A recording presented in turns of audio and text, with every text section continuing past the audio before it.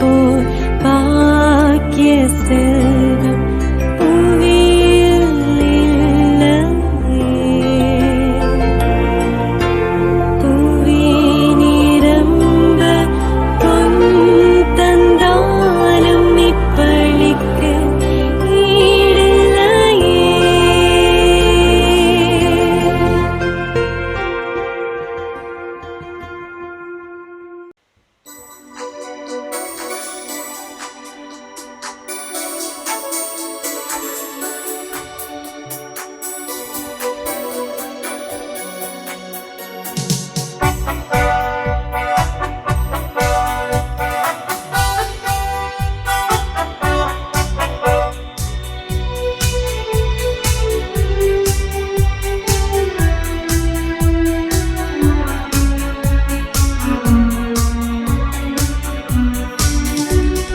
பலியினில் இணைந்திடுவோம், இறைவனில் கலந்திடுவோம்.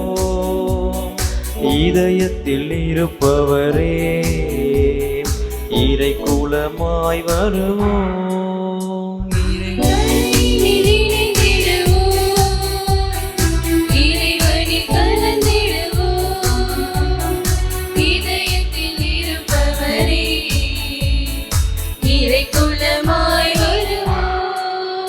இறை மகிமைக்காக உழைப்போம், நம்மில் மனிதம் மலர இணைவோம். இறை மகிமைக்காக உழைப்போம், நம்மில் மனிதம் மலர இணைவோம். இறை பணியினில் இணைந்திடுவோம், இறைவனில் கலந்திடுவோம். இதயத்தில் இருப்பவரே இறை குலமாய் வருவோம்.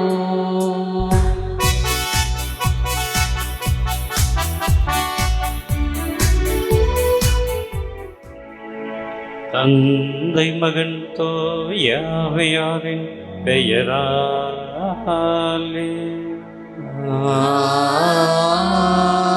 ஆமென்.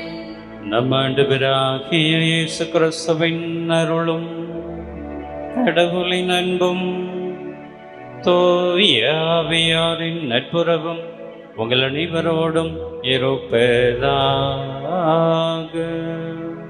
உம்மான்மாவோடும் இருப்பதாக. கிறிஸ்து இயேசுவுக்குள் பிரியமான சகோதர சகோதரிகளே, மாதா தொலைக்காட்சியின் அன்பு நேயர்களே, நாம் அனைவருமே ஆண்டவருடைய திருச்சந்நிதியிலே ஒன்று கூடி வந்திருக்கிறோம். இன்றைய வாசகங்கள் வழியாக இறைவன் நமக்கு கொடுக்கக்கூடிய அழைப்பு என்ன என்றால், மனிதர்களாகிய நாம் மாண்புள்ள நிலையை அடைய வேண்டுமென்றால் ஒரு சில அறச்செயல்களை நம்முடைய வாழ்விலே செய்யக்கூடியவர்களாக இருக்க வேண்டும். பகிர்ந்து வாழ வேண்டும், பிறருக்கு கொடுத்து வாழ வேண்டும்.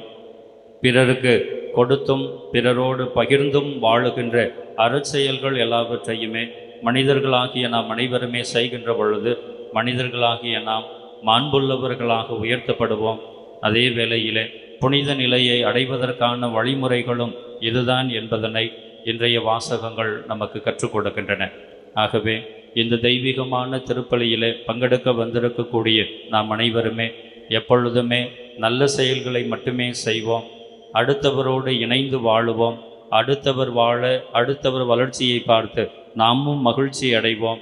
நம்முடைய தற்பெருமைக்காக அல்ல, மாறாக பிறரை ஊக்குவிக்க, பிறரை உற்சாகப்படுத்த என்னுடைய செயல்கள் இருக்க வேண்டும் என்கின்ற மனப்பான்மையோடு இந்த கல்வாரி பலியிலே நாம் பக்தியோடு ஜெபிப்போம். எல்லாம் வல்ல இறைவனிடமும் சகோதர சகோதரிகளே, உங்களையும் நான் பாவி என்று ஏற்றுக்கொள்கிறேன். ஏனெனில் என் சிந்தனையாலும் சொல்லாலும் செயலாலும் கடமையில் தவறியதாலும் பாவங்கள் பல செய்தேன். என் பாவமே, என் பாவமே, என் பெரும் பாவமே. ஆகையால் எப்பொழுதும் கன்னியான புனித மரியாவை, வானதூதர் புனிதர் அனைவரை, சகோதர சகோதரிகளே உங்களையும் நம் இறைவனாகிய ஆண்டவரிடம் எனக்காக வேண்டிக் கொள்ள மன்றாடுகின்றேன். எல்லாம் வல்ல இறைவன் நம் மீது இரக்கம் வைத்து நம் பாவங்களை மன்னித்து நம்மை நிலை வாழ்வுக்கு அழைத்து செல்வாராக. ஆமென்.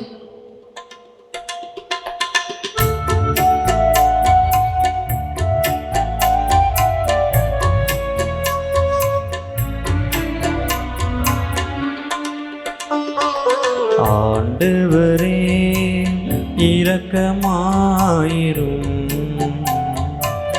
ஆண்டவரே இரக்கமாயிரும். கிறிஸ்துவே இரக்கமாயிரும்.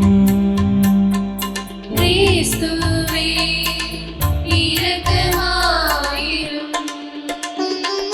ஆண்டவரே இரக்கமாயிரும். ஆண்டவரே இரக்கமாயிரும். இரக்கமாயிரும். இரக்கமாயிரும். இரக்கமாயிரும். மன்றாடுவோமாக. இறைவா, உம்மை எதிர்நோக்கி இருப்போரின் ஆற்றலானவரே, உம்மால் அன்றி வலுவற்ற எங்களால் ஒன்றும் செய்ய இயலாது. எனவே உம் கட்டளைகளை நிறைவேற்றி எங்கள் விருப்பத்தாலும் செயலாலும் உமக்கு உகந்தவர்களாகிட உமது அருள் உதவியை கனிவுடன் எங்களுக்கு என்றும் தந்தருள்வீராக. உம்மோடு தூயாவியாரின் ஒன்றிப்பில் இறைவனாய் என்றென்றும் வாழ்ந்து ஆட்சி செய்கின்றவர் வழியாக உம்மை மன்றாடுகின்றோம்.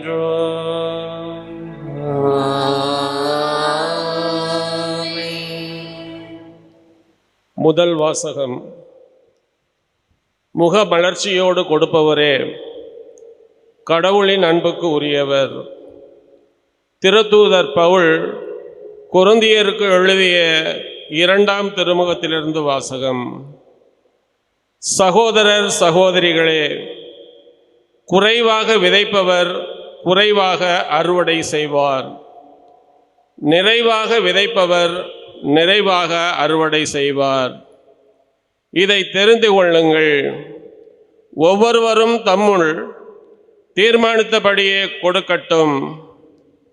மன வருத்தத்தோடோ கட்டாயத்தினாலோ கொடுக்க வேண்டாம். முக மலர்ச்சியோடு கொடுப்பவரே கடவுளின் அன்புக்கு உரியவர். கடவுள் உங்களை எல்லா நலன்களாலும் நிரப்ப வல்லவர். எந்த சூழ்நிலையிலும் எப்போதும் தேவையானதெல்லாம் உங்களுக்கு தருவார். அனைத்து நற்செயல்களையும் செய்வதற்கு தேவையானதெல்லாம் உங்களுக்கு மிகுதியாகவே தருவார். ஒருவர் ஏழைகளுக்கு வாரி வாரி வழங்கும்போது அவரது நீதி என்றென்றும் நிலைத்திருக்கும் என்று மறைநூலில் எழுதியுள்ளது அல்லவா? விதைப்பவருக்கு விதையையும் உண்பதற்கு உணவையும் வழங்குபவர் விதைப்பதற்கு வேண்டிய விதைகளை வழங்கி அவை முளைத்து வளரச் செய்து அறச்செயல்களாகிய விளைச்சலை மிகுதியாக தருவார். நீங்கள் எல்லா வகையிலும் செல்வர்களாகிய வல்லன்மை மிக்கவர்களாய் விளங்குவீர்கள். இவ்வாறு எங்கள் பணி வழியாய் பலர் கடவுளுக்கு நன்றி செலுத்துவர். ஆண்டவரின் அருள்வாக்கு. இறைவனுக்கு நன்றி. அனைவரும் சேர்ந்து பாட வேண்டிய பதிலுரை. திருப்பாடல் 112.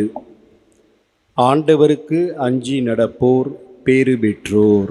ஆண்டவருக்கு அஞ்சி நடப்போர் பேறு பெற்றோர். ஆண்டவருக்கு அஞ்சி நடப்போர் பேறு பெற்றோர். ஆண்டவருக்கு அஞ்சி நடப்போர் பேறு பெற்றோர். ஆண்டவருக்கு அஞ்சி நடப்போர் பேறு பெற்றோர். அவர்தம் கட்டளைகளில் அவர்கள் பெருமகிழ்வு அடைவர். அவர்களது வழிமரபு பூவுலகில் வலிமை மிக்கதாயிருக்கும். நேர்மையுள்ளோரின் தலைமுறை ஆசி பெறும். ஆண்டவருக்கு அஞ்சி நடப்போர் பேறு பெற்றோர். சொத்தும் செல்வமும் அவர்களது இல்லத்தில் தங்கும். அவர்களது நீதி என்றென்றும் நிலைத்திருக்கும். இருளில் ஒளி என அவர்கள் நேர்மை உள்ளவரிடையே மெளிர்வர். அருளும் இரக்கமும் நீதியும் உள்ளோராய் இருப்பர். ஆண்டவருக்கு அஞ்சி நடப்போர் பேறு பெற்றோர். அவர்கள் வாரி வழங்கினர், ஏழைகளுக்கு ஈந்தனர். அவர்களது நீதி என்றென்றும் நிலைத்திருக்கும். அவர்களது வலிமை மாட்சியுடன் மேலோங்கும். அவர்களது வலிமை மாட்சியுடன் மேலோங்கும். ஆண்டவருக்கு அஞ்சி நடப்போர் பேறு பெற்றோர்.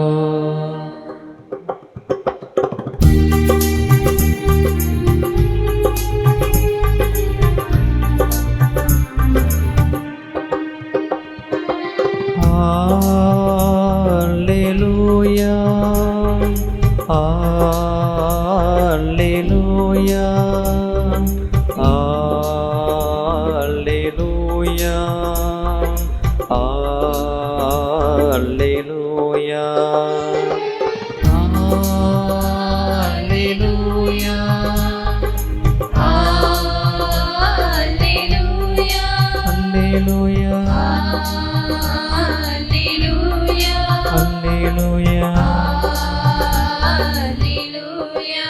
அல்லேலூயா, அல்லேலூயா, அல்லேலூயா, அல்லேலூயா, அல்லேலூயா.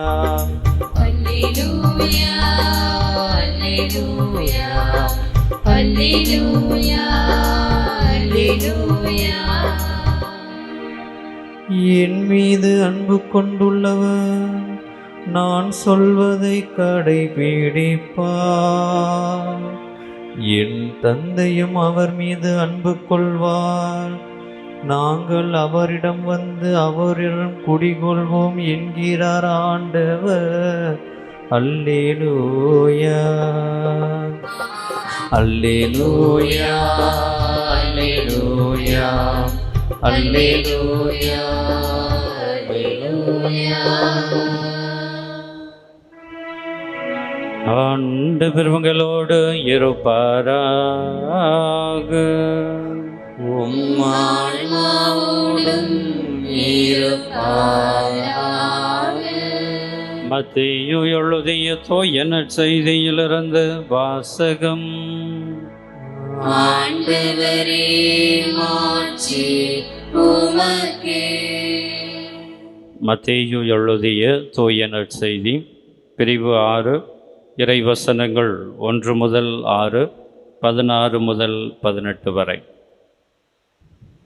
அக்காலத்தில் இயேசு தம் சீடரை நோக்கி கூறியது: மக்கள் பார்க்க வேண்டுமென்று அவர்கள் முன் உங்கள் அறச்செயல்களை செய்யாதீர்கள். இதை குறித்து நீங்கள் எச்சரிக்கையாய் இருங்கள். இல்லை என்றால் உங்கள் விண்ணக தந்தையிடமிருந்து உங்களுக்கு கைமாறு கிடைக்காது. நீங்கள் தர்மம் செய்யும்போது உங்களை பற்றி தம்பட்டம் அடிக்காதீர்கள். வெளிவேடக்காரர் மக்கள் புகழ வேண்டும் என்று தொழுகை கூடங்களிலும் சந்துகளிலும் நின்று அவ்வாறு செய்வர். அவர்கள் தங்களுக்குரிய கைமாறு பெற்றுவிட்டார்கள் என உறுதியாக உங்களுக்கு சொல்கிறேன். நீங்கள் தர்மம் செய்யும்போது உங்கள் வழக்கை செய்வது இடக்கைக்கு தெரியாதிருக்கட்டும். அப்பொழுது நீங்கள் செய்யும் தர்மம் மறைவாயிருக்கும். மறைவாய் உள்ளதை காணும் உங்கள் தந்தையும் உங்களுக்கு கைமாறு அழைப்பார்.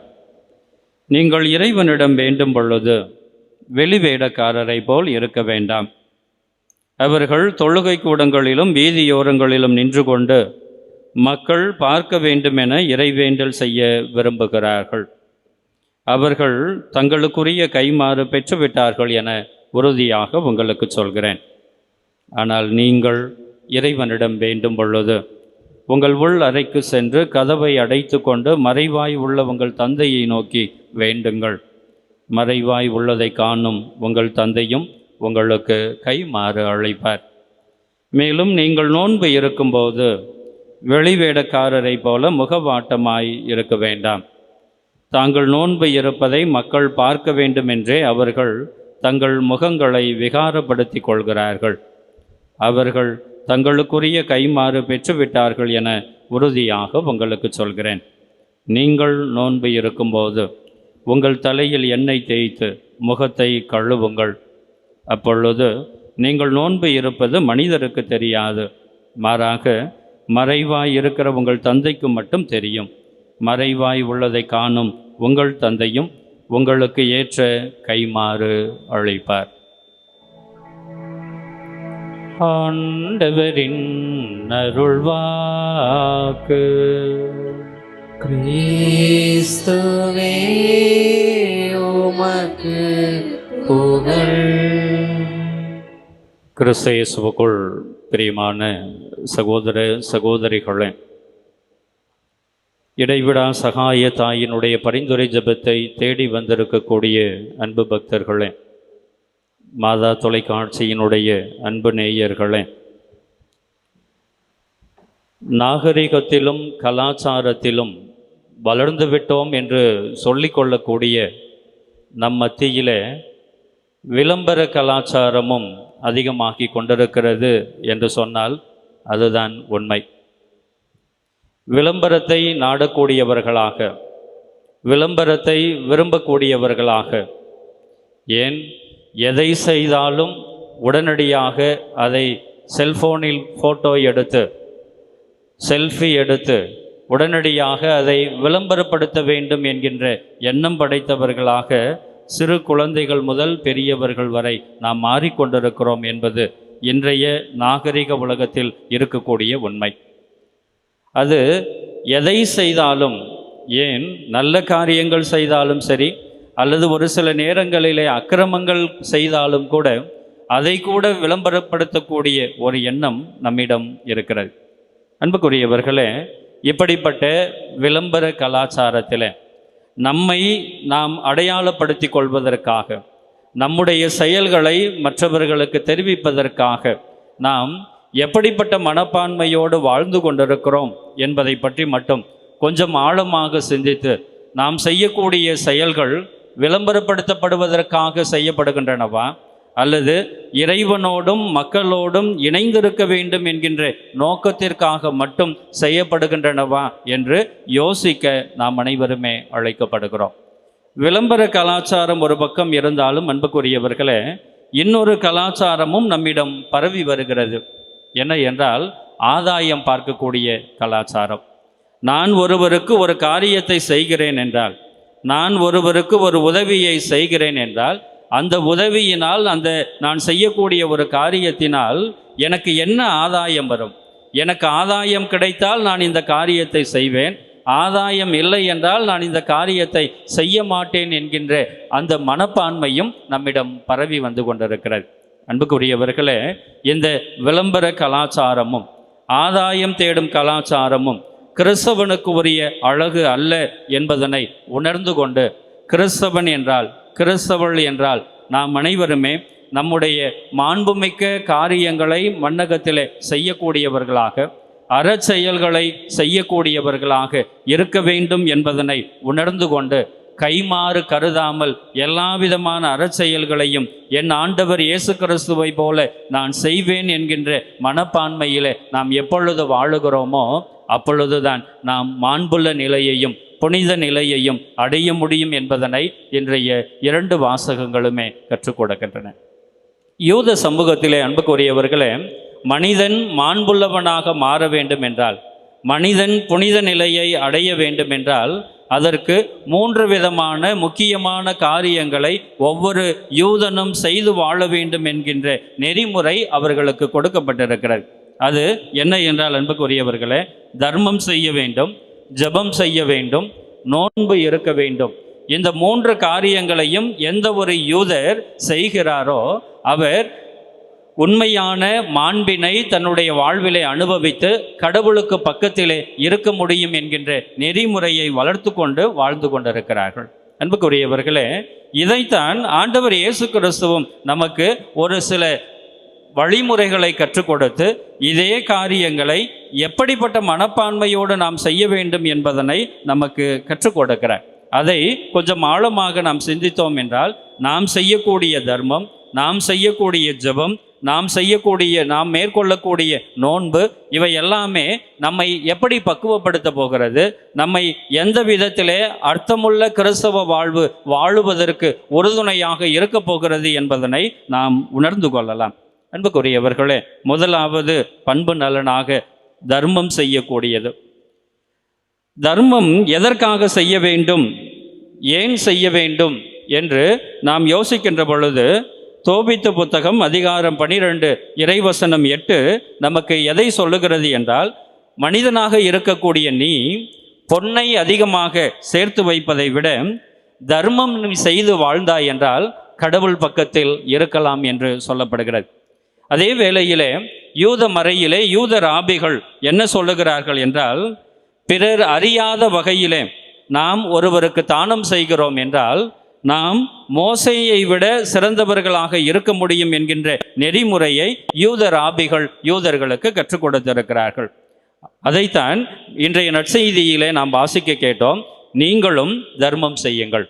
யார் ஒருவர் கஷ்டப்படுகிறாரோ, யார் ஒருவர் கவலையோடு இருக்கிறாரோ, யார் ஒருவர் பசியோடு தாகத்தோடு இருக்கிறாரோ அவர்களுக்கு நாம் தர்மம் செய்து அவர்களுடைய துன்பத்தை போக்குவதற்காக நாம் முயற்சிகள் மேற்கொள்ளுகின்ற பொழுது நாம் அடுத்தவருடைய வேதனைகளை தணிப்பதற்காக, அடுத்தவருடைய அழுகையை போக்குவதற்காக, அடுத்தவருக்கு நல்லது செய்வதற்காக நாம் ஒரு சில தியாகங்களை செய்கின்ற பொழுது ஆண்டவருக்கு உரிய மக்களினமாக நாம் அனைவருமே வாழ முடியும் என்பதனை ஆண்டவரும் கற்றுக் கொடுத்திருக்கிறார். அதனால்தான் நீதி தீர்வுக்கு வருகின்ற பொழுது ஆண்டவர் எதை மையப்படுத்தி நமக்கெல்லாம் தீர்ப்பு வழங்குவார் என்று மத்தேயு நற்செய்தி சொல்லுகிறது என்றால், நான் பசியோடு இருந்தேன், எனக்கு நீ உண்ண உணவு கொடுத்தாயா? நான் தாகத்தோடு இருந்தேன், எனக்கு குடிக்க தண்ணீர் கொடுத்தாயா? நான் ஆடையின்றி இருந்தேன், எனக்கு உடுத்த ஆடை கொடுத்தாயா? நான் சிறையில் இருந்தேன், என்னை பார்க்க வந்தாயா? என்று படிப்படியாக ஆண்டவர் கேள்விகளை கேட்பது எதற்காக என்றால், மனிதர்களாகிய நாம் அனைவருமே, அதிலும் குறிப்பாக திருமுழுக்கு பெற்று கிறிஸ்தவர்களாக வாழக்கூடிய நாம் அனைவருமே நம்முடைய வாழ்விலே விண்ணரசை பெற்றுக்கொள்வதற்கு, ஆண்டவரை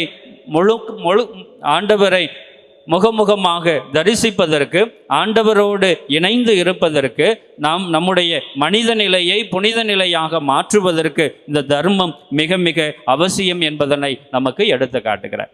ஆனால் நடைமுறையிலே நாமும் சரி, நமக்கு முன்பாக இருந்த யூதர்களும் சரி, அல்லது இயேசு கிறிஸ்துவினுடைய காலத்திலே வாழ்ந்த யூதர்களும் சரி, எப்படிப்பட்ட மனப்பான்மையோடு இந்த தர்மத்தை பார்த்தார்கள், அவர்கள் என்ன மனப்பான்மையோடு இந்த தர்மத்தை செய்தார்கள் என்று யோசிக்கின்ற பொழுது அவர்கள் அனைவருமே தங்களது புகழை பெருக்கிக் கொள்வதற்காக, தங்களுடைய செல்வாக்கை உயர்த்தி கொண்டு அதன் நிமித்தம் தங்களுடைய வருமானத்தை அதிகரித்துக் கொள்வதற்காக, அடுத்தவர் பார்க்க வேண்டும் என்பதற்காக, தங்களை அடையாளப்படுத்திக் கொள்வதற்காக மட்டும்தான் இந்த தர்மத்தை செய்யக்கூடிய நிலையை ஆண்டவர் பார்க்கிறார்.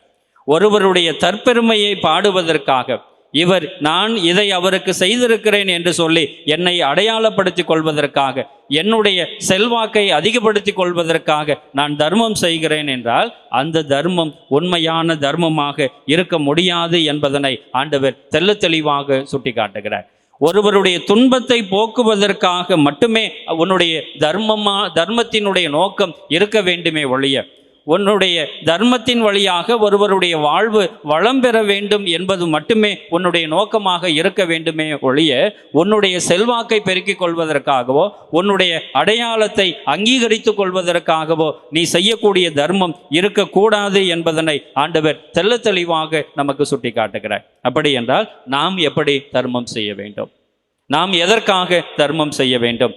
என்னுடைய புகழை பாடுவதற்காக அல்ல, என்னுடைய புகழை நிலைநிறுத்திக் கொள்வதற்காக அல்ல, நான் அடுத்தவரை விட மேன்மையான நிலையிலே இருக்கிறேன் என்று சொல்லுவதற்காக அல்ல. மாறாக அன்புக்குரியவர்களே, என்னோடு இருக்கக்கூடிய என்னுடைய சகோதரன், என்னுடைய சகோதரி கஷ்டப்பட்டு கொண்டிருக்கிறார், தாகத்தோடு இருக்கிறார், பசியோடு இருக்கிறார், உணவு இல்லாமல் இருக்கிறார், உடை இல்லாமல் இருக்கிறார், நிறைய துன்பங்களை அனுபவித்துக் கொண்டிருக்கிறார். ஆகவே அந்த துன்பத்தை களைவதற்காக, அவருடைய துயரத்தை போக்குவதற்காக நான் இப்படிப்பட்ட காரியங்களை செய்வேன் என்கின்ற எண்ணம் படைத்தவர்களாக நாம் வாழ்ந்தோம் என்றால் அப்பொழுதுதான் நம்முடைய தர்மம் உண்மையான தர்மமாக இருக்கும் என்று சொல்லப்படுகிறது. இரண்டாவதாக அன்புக்குரியவர்களே, ஜெபம் செய்ய வேண்டும் என்கின்ற நெறிமுறை நமக்கு கொடுக்கப்படுகிறது. இந்த ஜெபத்தின் வழியாகத்தான் நமக்கும் கடவுளுக்கும் உள்ள உறவு புதுப்பிக்கப்படுகிறது என்பதனை நாம் அறிந்திருக்கிறோம். அதனால்தான் மக்களினமாகிய நாம் அனைவருமே கடவுளோடு நெருங்கிய உறவிலே வளருவதற்காக, கடவுளோடு இணைந்திருப்பதற்காக ஜெபம் செய்கிறோம். அனைத்து நற்செயல்களுக்கும் மேலானதாக இருக்கக்கூடியது இந்த ஜெபம் என்று சொல்லப்படுகிறது. இதையே யூத ராபிகள் யூத மக்களுக்கு எப்படி கற்றுக் கொடுக்கிறார்கள் என்றால், யார் ஒருவர் தன்னுடைய வீட்டில் உள்ளவர்களை ஒன்று கூட்டி ஜெபம் செய்ய வேண்டும் என்கின்ற எண்ணத்தினை விதைத்து வீட்டில் உள்ளவர்களோடு ஜெபம் செய்கிறார்களோ அவர்கள் அனைவருமே இரும்பை விட உறுதியான சுவரை வீட்டை சுற்றி கட்டியவர்களுக்கு ஒப்பானவர்கள் என்று யூத ராபிகள் யூத மக்களுக்கு கற்றுக் கொடுத்திருக்கிறார்கள். அப்படி என்றால் சுருக்கமாக அதை சொல்ல வேண்டும் என்றால், யார் ஒருவர் குடும்பத்தினரோடு ஒன்றிணைந்து ஜெபிக்கிறாரோ அவருக்கு தேவையான பாதுகாப்பை ஆண்டவரிடமிருந்து பெற்றுக்கொள்ளுகிறார்கள். இரும்பினால் கட்டப்பட்ட ஒரு சுவரை போல அவர்களுடைய வீடு பாதுகாக்கப்பட்ட நிலையிலே இருக்கும் என்று சொல்லப்படுகிறது. அதனால்தான் அன்புக்குரியவர்களே, ஆண்டவர் இயேசு கிறிஸ்துவும் நீங்கள் ஜெபம் செய்ய வேண்டும், தந்தையாகிய இறைவனை நோக்கி மன்றாட வேண்டும், ஜெபத்தின் வழியாகத்தான் இறைவனோடு இணைந்திருக்க முடியும் என்கின்ற நெறிமுறைகளை எல்லாம் கற்றுக் கொடுத்து என்ன நெறிமுறையை நமக்கு மீண்டுமாக வலியுறுத்துகிறார் என்றால், ஜெபம் என்பது கடவுளை நோக்கியதாக இருக்க வேண்டும். கடவுளை நோக்கியதாக நம்முடைய ஜெபத்தை, நம்முடைய வேண்டுதலை அமைத்து கொள்ளுகின்ற பொழுது நம்முடைய ஜெபம் அர்த்தமுள்ளதாக மாறுகிறது, இறைவனால் கேட்கப்படுகிறது என்பதனை சொல்லிவிட்டு என்ன எச்சரிக்கையை நமக்கு கொடுக்கிறார் என்றால், இறைவனை நோக்கிய ஜெபத்தை நீ வைத்து கொள்ளாமல் மனிதர்கள் பார்க்க வேண்டும் என்பதற்காக நீ ஜெபம் செய்கிறாய் என்றால், மனிதர்களை நோக்கிய ஜெபமாக உன்னுடைய ஜெபம் இருக்கிறது என்றால் கண்டிப்பாக நீ உன்னுடைய ஜெபம் இறைவனுக்கு உகந்ததாக இருக்காது என்பதனை தெள்ளத் தெளிவாக சொல்ல விடுகிறார். ஆக கிறிஸ்தவர்களாகிய நாம் அனைவருமே நம்முடைய ஜெபத்தை எப்படி அமைத்து கொள்ள வேண்டும் என்றால், என்னோடு வாழக்கூடிய என்னுடைய சகோதரர் பார்க்க வேண்டும் என்பதற்காக, என்னோடு வாழக்கூடிய என்னுடைய சகோதரி என்னை புகழ வேண்டும் என்பதற்காக நான் ஜெபம் செய்யக்கூடாது. மாறாக இறைவனுக்கும் எனக்கும் உள்ள உறவிலே நான் நிலைத்து நிற்க வேண்டும், இறைவனோடு இணைந்திருக்க வேண்டும், இறைவனுடைய அருள் துணையை நான் பெற்றுக்கொள்ள வேண்டும் என்கின்ற நோக்கத்தோடு இறைவனை மட்டுமே நோக்கியதாக நம்முடைய உள்ளத்தை அமைத்து கொண்டு நாம் அனைவருமே ஜெபம் செய்ய வேண்டும் என்கின்ற அழைப்பு கொடுக்கப்படுகிறது. மற்ற மக்களை மையப்படுத்தியோ அல்லது மற்றவர்கள் பார்க்க வேண்டும் என்கின்ற எண்ணத்தோடோ விளம்பரத்தை தேடியோ நாம் ஜெபம் செய்கிறோம் என்றால் அந்த ஜெபம் உண்மையான ஜெபமாக இருக்காது என்பதனை இந்த வேளையிலே உணர்ந்து கொள்ள வேண்டும். இறுதியாக அன்புக்குரியவர்களே, மனிதனை மாண்புள்ளவனாக மாற்றுவதற்கு பண்பு நலனாக, மூன்றாவது பண்பு நலனாக ஆண்டவர் கற்றுக் கொடுக்கக்கூடியது என்ன என்றால் நோன்பு இருப்பது. நோன்பு இருப்பது இன்றும் சரி, யூத மக்கள் மத்தியிலும் சரி எப்படி பார்க்கப்படுகிறது என்றால், பாவத்திற்கு பரிகாரமாக ஒரு மனிதர் நோன்பு இருக்கலாம் என்று சொல்லப்படுகிறது. அதே வேளையிலே இறைவனை முகமுகமாக தரிசிக்க வேண்டும், இறை பிரசன்னத்தை நம்முடைய அன்றாட வாழ்விலே உணர வேண்டும் என்றால் அதற்கும் ஒரு மனிதன் நோன்பு இருக்கலாம் என்று சொல்லப்படுகிறது. அதே வேளையிலே என்னுடைய வேண்டுதல் கேட்கப்பட வேண்டும், எனக்கு கடவுளிடமிருந்து வரம் வேண்டும் என்று விரும்பக்கூடியவர்கள் நோன்பு இருக்கலாம் என்கின்ற அறிவுறுத்துதலும் கொடுக்கப்படுகிறது. அதே வேளையிலே சோர்ந்து போய் இருக்கக்கூடிய நான் ஆற்றல் பெற வேண்டும், வலிமை பெற வேண்டும், ஆண்டவருடைய அருள் துணையை பெற்றுக்கொள்ள வேண்டும் என்று விரும்பக்கூடியவர்களும் நோன்பு இருக்கலாம் என்று சொல்லப்படுகிறது. ஆனால் அன்புக்குரியவர்களே, இந்த நோக்கத்தை தவிர நான் நோன்பு இருப்பதை அடுத்தவர் பார்க்க வேண்டும், நான் நோன்பு இருந்து கொண்டு என்னுடைய முகத்தை வாடிக்கிய நிலையிலே வைத்து கொண்டு அடுத்தவர் பார்க்கின்ற விதத்திலே நான் நோன்பு இருக்க வேண்டும். அதன் நிமித்தம் இவர் பரவாயில்லை, நோன்பு இருக்கிறாரு, இவரெல்லாம் கடவுளுக்கு நெருக்கமானவர் அப்படின்னு அடுத்தவர் புகழ வேண்டும் என்பதற்காக நீ நோன்பு இருக்கிறாய் என்றால் தவறான எண்ணத்தோடு செய்யப்படக்கூடிய எந்த காரியத்தையும் அல்லது பிறருடைய பார்வைக்காக மட்டும் செய்யப்படக்கூடிய எந்த காரியமும் இறைவனால் ஏற்றுக்கொள்ளப்படுவதில்லை என்பதனை ஆண்டவர் நினைவூட்டுகிறார். அதனால்தான் ஆண்டவர் இந்த நோன்பை பற்றி பேசும்போது பிறருடைய மதிப்பை பெறுவதற்காக நீ நோன்பு இருக்காதே, பிறருடைய பாராட்டை பெறுவதற்காக நீ நோன்பு இருக்காதே, மாறாக உனக்கும் இறைவனுக்கும் உள்ள உறவு நல்ல விதத்திலே இருக்க வேண்டும் என்பதற்காக, ஆண்டவரிடமிருந்து ஆற்றலை பெற வேண்டும் என்பதற்காக,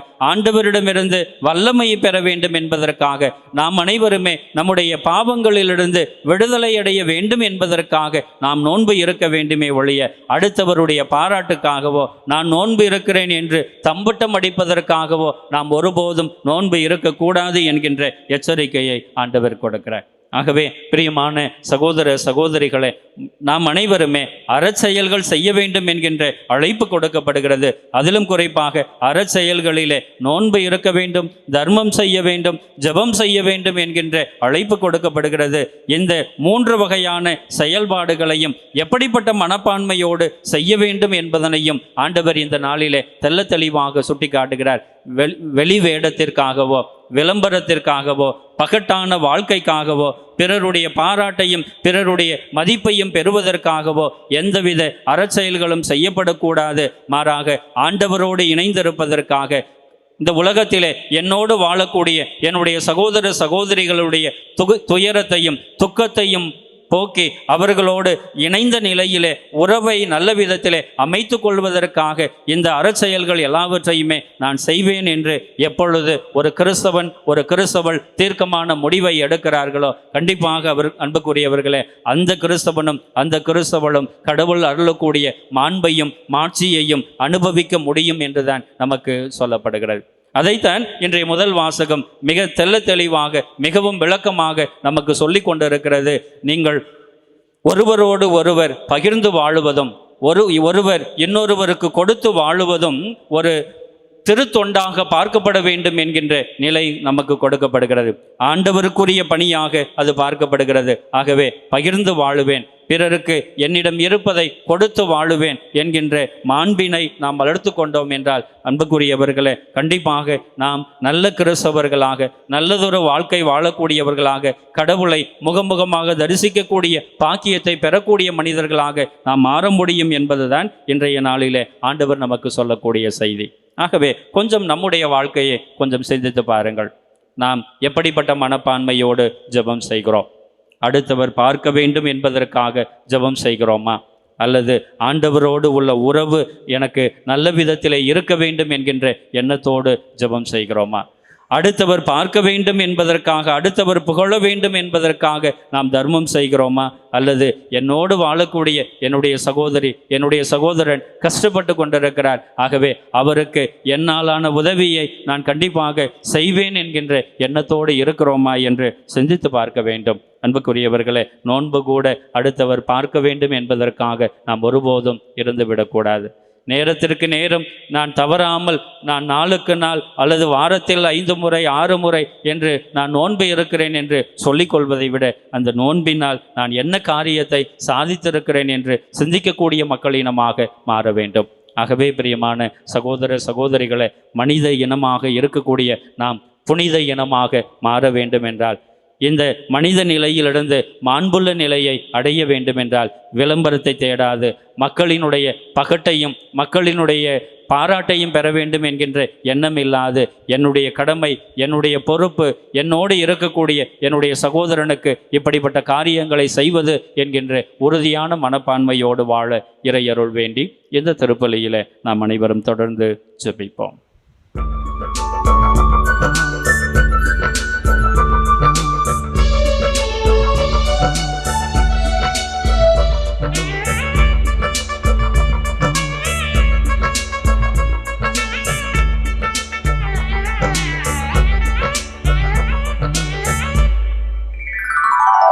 அற்ப மலராய் வந்தேன், அர்ச்சனையாக்கினேன் என்னை. மலராய் வந்தே அர்ச்சனையாக்கினேன் என்னை. மனமில்லாத மலரானாலும் இதழ் வாடியே போனாலும், மனமில்லாத மலரானாலும் இதழ் வாடியே போனாலும், வேள்வியில் சேர்த்து கொள்வாய், அந்த ஜோதியில் நிறைவு கொள்வே. வேள்வியில் சேர்த்துக் கொள்வாய், அந்த ஜோதியில் நிறைவு கொள்வே. சகோதர சகோதரிகளே, என்னுடையதும் உங்களுடையதுமான இப்பலி எல்லாம் வல்ல தந்தையாகிய இறைவனுக்கு ஏற்றதாகும்படி மன்றாடுங்கள். ஆண்டவர் தமது பேரின் புகழ்ச்சிக்காகவும் மாட்சிக்காகவும் நமது நன்மைக்காகவும் புனித திரு அவை அனைத்து நலனுக்காகவும் மது கையிலிருந்து பலியை ஏற்றுக்கொள்வாராக. இறைவா, மக்களினத்தார் ஒப்பு கொடுக்கும் இந்த அப்பரச காணிக்கைகள் எங்களுக்கு ஊட்டமளிக்கும் உணவாகவும் எங்களை புதுப்பிக்கும் அருள் அடையாளமாகவும் மாற செய்கின்றேன். அதனால் இவற்றின் அருள் உதவி எங்கள் உடலுக்கும் மனதுக்கும் என்றும் குறைவுபடாமல் கிடைக்க அருள் புரிவீராக. எங்கள் ஆண்டவராகிய கிறிஸ்து வழியாக உம்மை மன்றாடுகின்றோம்.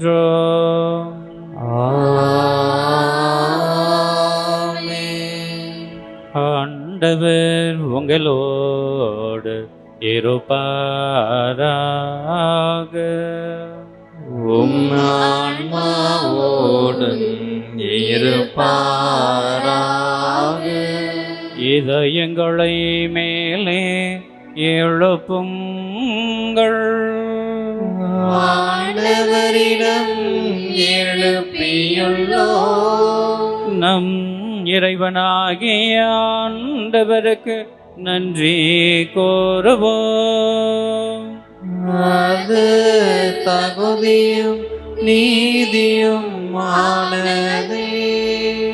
ஆண்டவரே, தூயவரான தந்தையே, என்றும் முல்லையெல்லாம் வல்ல இறைவா, என்னாலும் எவ்விடத்திலும் நாங்கள் உமக்கு நன்றி செலுத்துவது மெய்யாகவே தகுதியும் நீதியும் ஆகும். எங்கள் கடமையும் மீட்புக்கு உரிய செயலுமாகும். ஏனெனில் எங்கள் புகழுரை உமக்கு தேவை என்று, ஆயினும் நாங்கள் உமக்கு நன்றி செலுத்துவது உமது அருட்கொடையாலேயே. நாங்கள் உம்மை புகழ்ந்துரைப்பது உமது மாட்சியை மிகுதிப்படுத்தாது. எனினும் எங்கள் ஆண்டவராகிய கிறிஸ்து வழியாக நாங்கள் மீட்பு அடைய பயன்படுகின்றது. ஆகவே வானதூத திரளோடு ஒன்று சேர்ந்து நாங்களும் உம்மை புகழ்ந்தேத்தி மகிழ்ச்சியுடன் அறிக்கையிட்டு பாடுவதாவது: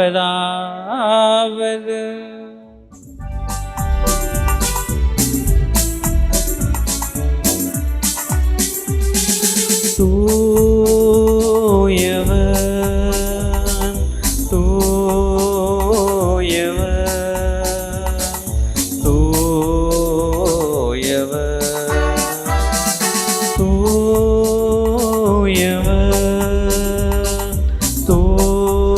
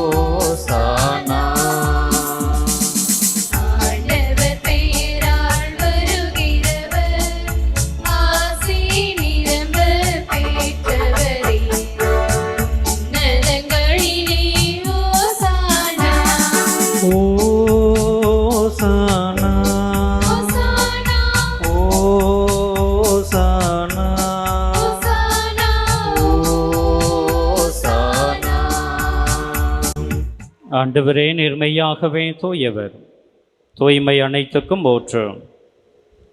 ஆகவே உம்முடைய ஆவியை பொழிந்து இக்காணிக்கைகளை தூய்மைப்படுத்த உம்மை வேண்டுகிறோம். இவ்வாறு எங்கள் ஆண்டவர் இயேசு கிறிஸ்துவின் உடலும் இரத்தமுமாக எங்களுக்கு இவை மாறுபனவாக. அவர் பாடுபட உளம் கணிந்து தம்மை கையளித்த போது அப்பத்தை எடுத்து நன்றி செலுத்தி அதை பிட்டு தம் சீடர்களுக்கு அழைத்து கூறியதாவது: அனைவரும் இதிலிருந்து பெற்று உண்ணுங்கள், ஏனெனில் இது உங்களுக்காக கையளிக்கப்படும் என் உடல்.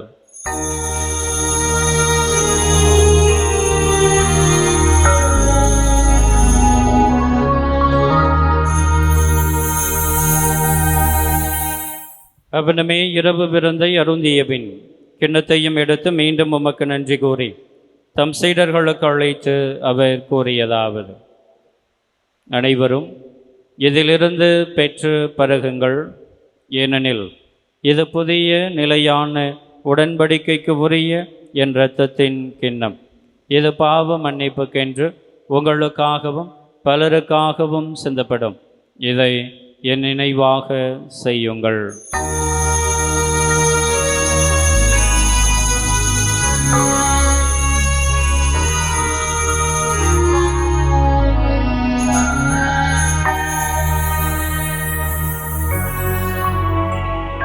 நம்பிக்கையின் மறைபொருள். ஆண்டவரே நீர் வருமளவும் உமது இறப்பினை அறிக்கையிடுகின்றோம், உமது உயிர்ப்பினையும் எடுத்துரைக்கின்றோம். ஆகவே ஆண்டவரே, நாங்கள் கிறிஸ்துவின் இறப்பினையும் உயிர்ப்பினையும் நினைவு கூர்ந்து வாழ்வு தரும் அப்பத்தையும் மீட்பளிக்கும் கிண்ணத்தையும் உமக்கு ஒப்புக் கொடுக்கின்றோம். உம் திருமுன் நின்று உமக்கு ஊழியம் புரிய தகுந்தவர்கள் என எங்களை ஏற்றுக்கொண்டீர். எனவே உமக்கு நன்றி செலுத்துகிறோம்.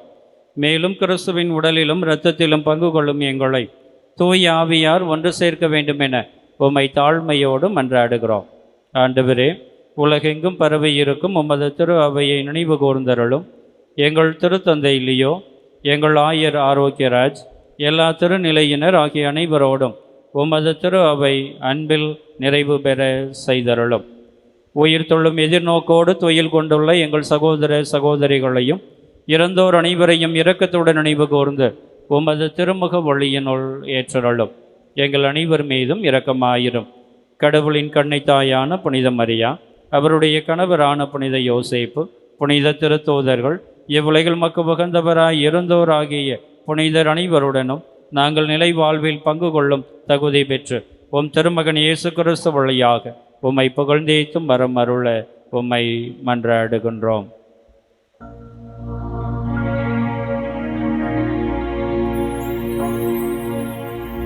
இவர் வழியாக இவரோடு இவரில் எல்லாம் வல்ல இறைவனாகிய தந்தையே, தூய ஆவியாரின் ஒன்றிப்பில் எல்லா புகழும் மாட்சியும் என்றென்றும் உமக்கு உரியது.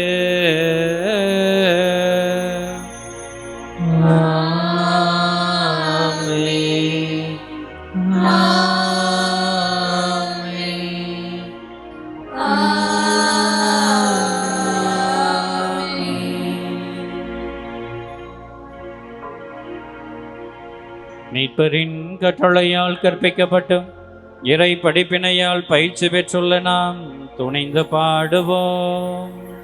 விண்ணுலகில் இருக்கின்ற எங்கள் தந்தையே, உமது பெயர் தூயது என போற்று பெறுக. உமது ஆட்சி வருக.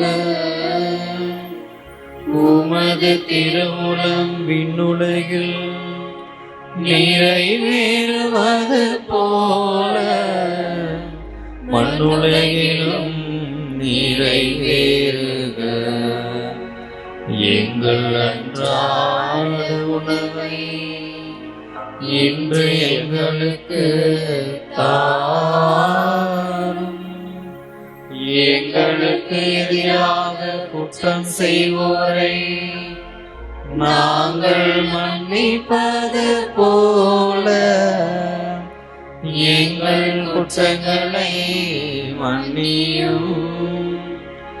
எங்களை சோதனைக்கு உட்படுத்தாதே,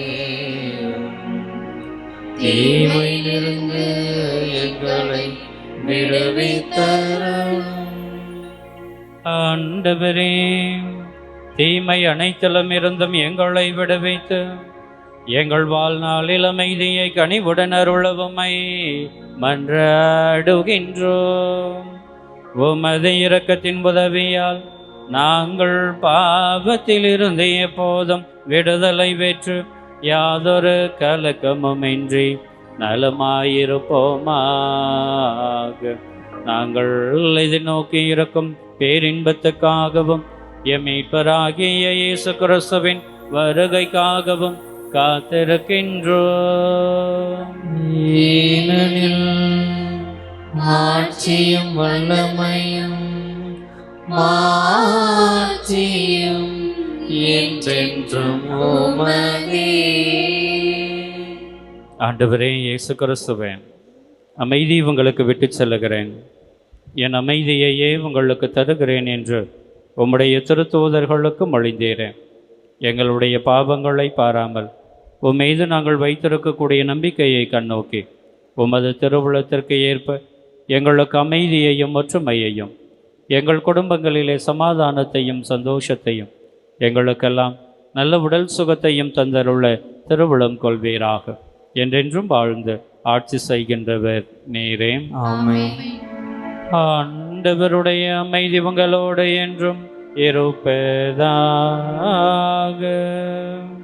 உம் ஆன்மாவோடும் இருப்பதாக. ஒருவருக்கு ஒருவர் கிறிஸ்துவின் அமைதியினை மகிழ்ச்சியோடு அறிவித்துக் கொள்வோம்.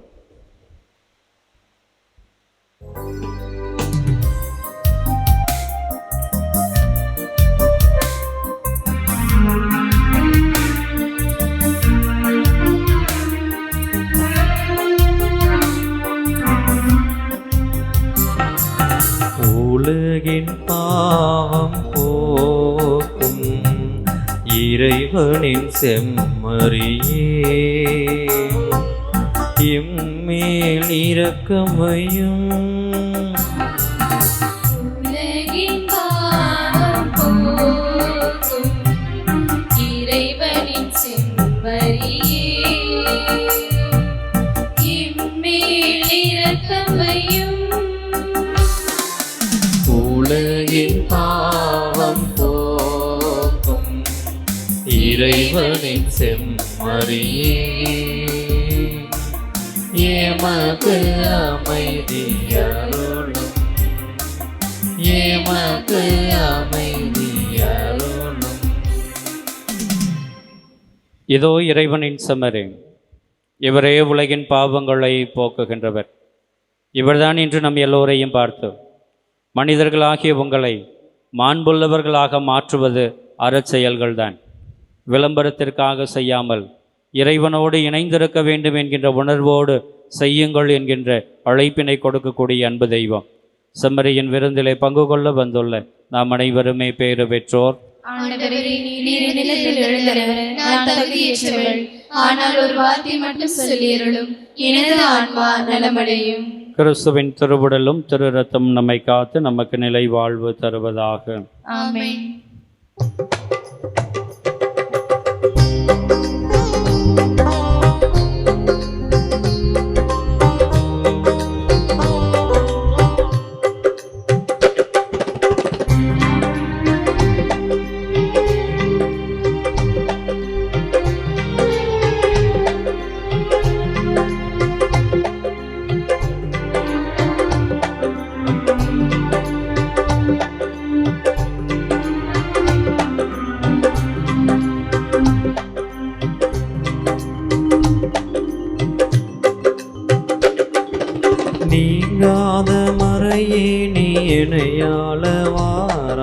கலையாத கனவாக எனில் உறையவாரார்.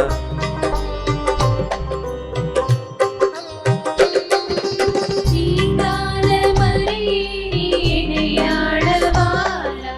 கலையாத கனவாக எனில் உறையவாராய். வாழும் தெய்வம் நீரே என்று உள்ளம் பாடுதே, உந்தன் வருகை தஞ்சம் என்று நெஞ்சம் நாடுதே.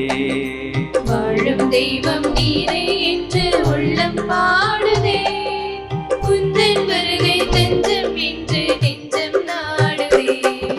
வா தேவா நீர் என்னில் வாழவா, வானவா எம் அன்னை ஆளவா. வா தேவா நீர் என்னில் வாழவா, வாழவா என் மண்ணை ஆளவா. நீங்காத மறையே நீ இணையாளவாராய். கலையாத கனவாக எனில் உறையவாராய்.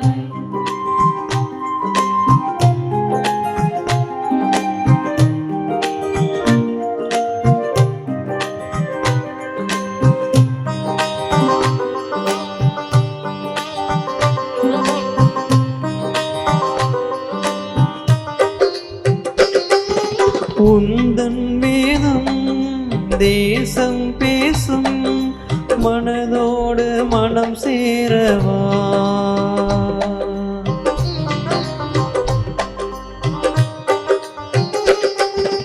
உந்தன் வேதம் தேசம் பேசும், மனதோடு மனம் சேரவா. கண்கள் தேடும் என் சோகம் தீரும், நலம் காண வளம் காணவா. ஒரு என் சோகம் தீரும், நலம் காண வளம் காணவா. கண்கள் தேடும் என் சோகம் தீரும், நலம் காண வளம் காணவா. நன்றி கூறி மன்றாடுவோமாக. ஆண்டவரே, நாங்கள் உட்கொண்ட உமது திருவுணவு நம்பிக்கையாளர் உம்மில் ஒன்றித்திருப்பதை குறைத்து காட்டுகின்றது. அதுபோல உமது திருவையிலும் ஒற்றுமையை அது விளைவிக்க வேண்டும் என்று எங்கள் ஆண்டவராகிய கிறிஸ்து வழியாக உம்மை மன்றாடுகின்றோம்.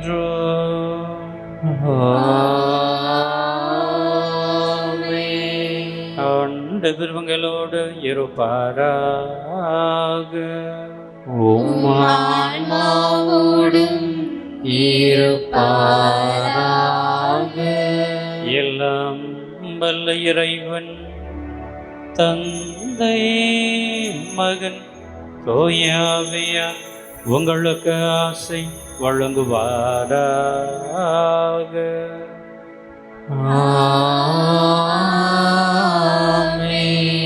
கிறிஸ்துவின் அன்பில் எப்பொழுதும் இணைந்து வாழ சென்று வாருங்கள். திருப்பலி நிறைவேறிற்று. இறைவனுக்கு நன்றி.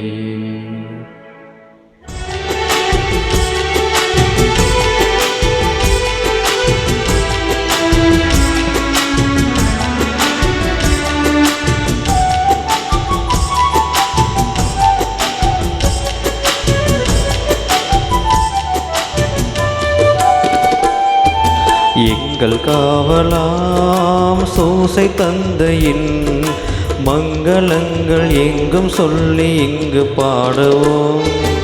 எங்கள் காவலாம் சூசை தந்தையின் மங்களங்கள் எங்கும் சொல்லி இங்கு பாடுவோம்.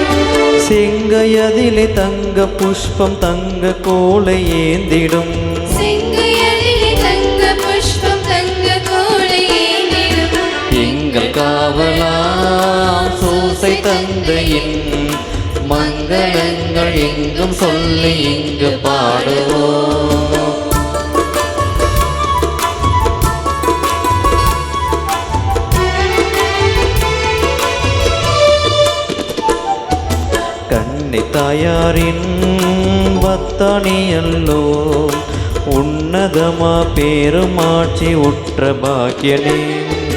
கன்னி தாயாரின் பத்தானியல்லோ உன்னதமா பேருமாட்சி உற்ற பாக்கியனே.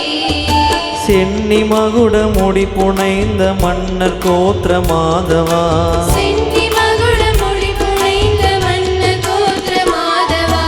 எங்கள் காவலாம் சோசை தந்தையின் மங்களங்கள் எங்கும் சொல்லி இங்கு பாடுவோம்.